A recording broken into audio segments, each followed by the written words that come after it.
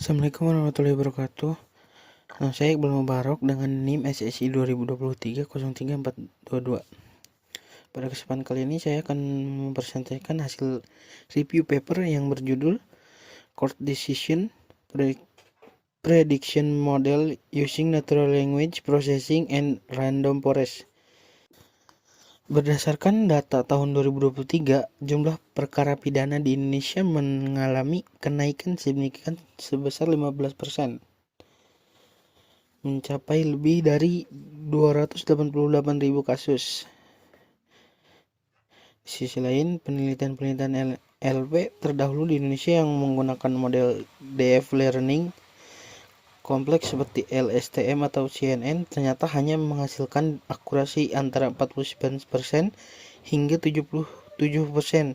Oleh karena itu, rumusan masalah dalam penelitian ini adalah bagaimana kita bisa meningkatkan akurasi prediksi kategori dan durasi hukuman menggunakan pendekatan machine learning yang sering sederhana namun efektif, yaitu algoritma random forest. Penelitian ini membatasi ruang lingkupnya pada 21.630 dokumen putusan pidana Mahkamah Agung Republik Indonesia.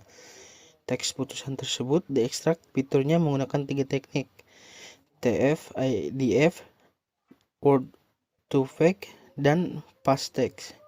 Tujuan utama riset ini ada 2. Yang pertama itu mengembangkan model prediksi putusan terintegrasi untuk meningkatkan akurasi dari studi sebelumnya. Dan yang kedua, mengevaluasi aktivitas ketiga teknik referensi fitur teks tersebut pada dokumen hukum berbahasa Indonesia. Adapun objek yang diprediksi adalah kategorinya hukuman, yaitu sangat berat, sedang, ringan, serta durasi hukuman dalam satuan hari. Langkah awal dimulai dari konversi data putusan ke format CSV, melakukan pelabelan hingga praproses teks seperti toleransi dan stemming. Data kemudian dibagi dengan rasio 80% untuk data latih dari 20% untuk data uji. Bagian yang menarik dari desain eksperimen ini adalah pengujian 2 strategis representasi dokumen, yaitu strategi agresif, ekstraksi teks secara keseluruhan, dan strategi segmentatif, ekstraksi teks yang perbagian dokumen. Model kemudian dilatih menggunakan algoritma random forest untuk tugas klasifikasi kelas hukuman sekaligus regresi durasi hukuman. Model klasifikasinya mencapai akurasi 80,91% dan F1 score 0,78, sedangkan model regresinya menghasilkan nilai R-2 sebesar 0,7963. Angka akurasi 80,91% ini berhasil melampaui baseline model deep learning dari penelitian domestik sebelumnya yang angka 7,32%. Di satu sisi, rumusan masalah di sini sangat jelas dan didukung data kuantitatif yang kuat. Desain eksperimennya juga komprehensif karena menguji variasi fitur, strategi teks, serta 2 tugas pemberian sekaligus.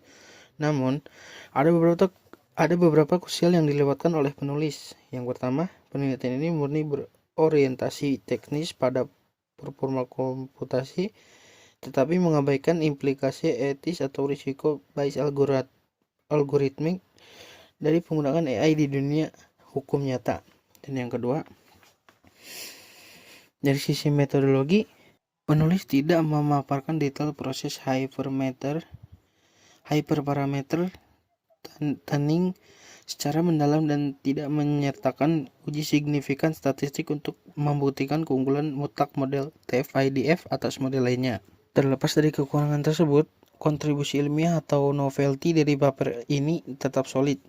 Penelitian ini memberikan bukti empiris baru bahwa pada korpus dokumen hukum berbahasa Indonesia yang bersifat formal dan repetitif, model kasus yang lebih sederhana seperti random forest justru mampu mengungguli arsitektur deep learning Kontribusi lainnya adalah analisis ablasi segmen yang berhasil mengidentifikasi bagian paling informatif dalam dokumen hukum dan yang sangat bermanfaat untuk efisiensi komputasi sistem di masa mendatang. Jadi kesimpulannya, artikel ini merupakan kontribusi yang sangat berharga bagi pengembangan teknologi hukum atau legal tech Indonesia. Skala dataset yang besar dan metodologi yang sistematis menjadikannya rujukan kuat untuk riset sistem pendukung keputusan hukum berbasis AI selanjutnya. Sekian dari saya, kurang lebihnya mohon maaf. Wassalamualaikum warahmatullahi wabarakatuh.